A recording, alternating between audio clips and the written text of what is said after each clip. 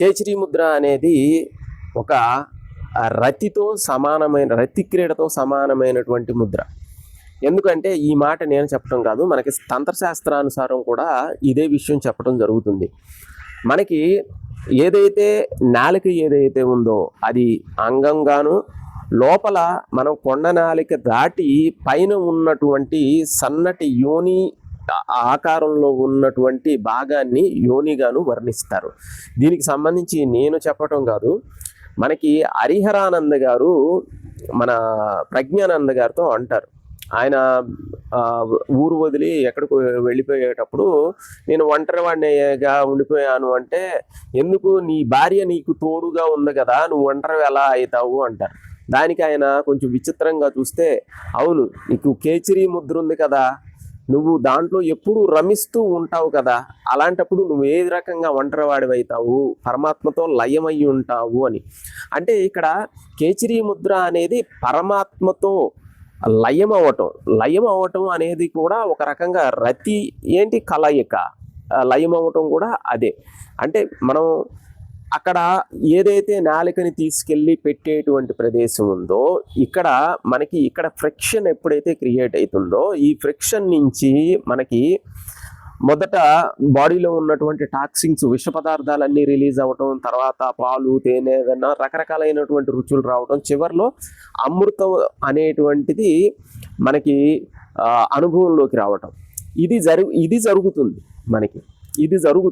కాబట్టి మనకి ఈ అమృతధార ఎప్పుడైతే మనకి శరీరం, మనం దాన్ని యాక్చువల్గా అమృతధార పట్టం అంటే, అమృతధార అంతకుముందు పడదా అనేటువంటి వాళ్ళు కూడా అడిగిన వాళ్ళు కూడా ఉంటారు.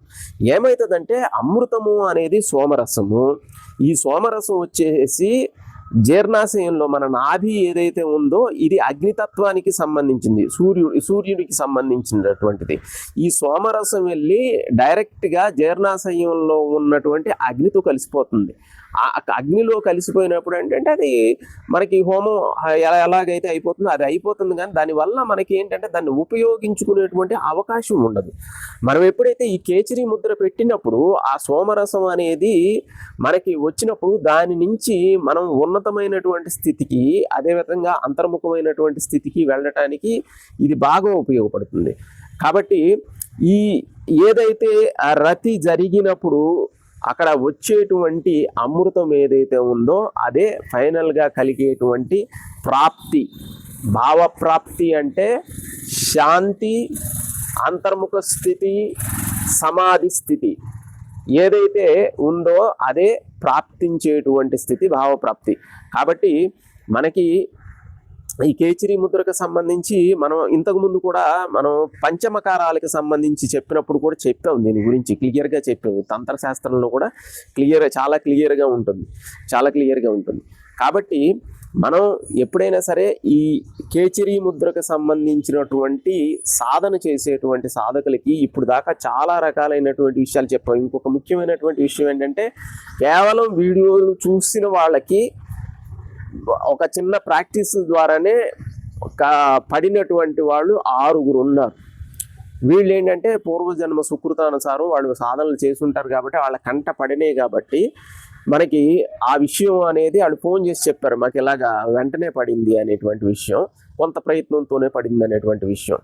కాబట్టి మనం చేసేటువంటి సర్వీస్ ఏదైతే ఉందో అందరూ కూడా ఉన్నతమైనటువంటి జ్ఞానం వైపు, ఆధ్యాత్మికంగా ఉన్నతమైనటువంటి స్థితి వైపుకి వెళ్ళాలి అనేటువంటి ప్రయత్నంతో దీనికి సంబంధించినటువంటి వివరాలు చాలా డీటెయిల్డ్గా చెప్తున్నాం. కాబట్టి వీడియోస్ అన్నీ చూసి ఒకసారి కాల్ చేయండి, డౌట్స్ ఉంటే కాల్ చేయండి ఖచ్చితంగా.